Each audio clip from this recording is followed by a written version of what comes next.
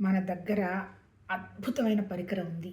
తెల్లవారి నిద్ర లేచినప్పటి నుంచి రాత్రి పడుకోబోయేంత వరకు, లేదంటే ఏదన్నా ఊరికి వెళ్ళినా, ఎక్కడికెళ్ళినా అది ఎప్పుడు మనని వెన్నంటే ఉంటుంది. ఏంటో తెలుసా ఆ పరికరం?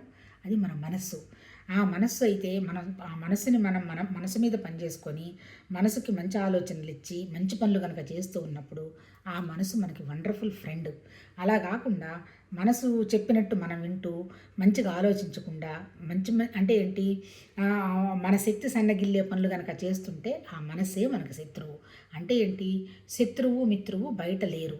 ఉన్నది మనతోనే ఉన్నారు. ఆ ఉన్న మనసుని మనం మంచిగా ఉపయోగించుకుంటే మన ఫ్రెండ్, సరిగా ఉపయోగించుకోకపోతే మనకి ఎనిమి. అందుకని ఏం చెప్తారు, మనసుకు మనం ఏది పట్టిస్తే అది చేస్తుంది. అంటే ఏంటి, మనసుకు ఆ భగవంతుని తత్వంలోకి వెళ్ళాలంటే అది అయినా వెళ్ళగలుగుతుంది. లేదు ఇంకా మామూలుగా ఇంకా హీనంగా ఉండాలన్నా ఉండగలుగుతుంది. అందుకని మనసుకి ఎప్పుడు కూడా మంచి విషయాలు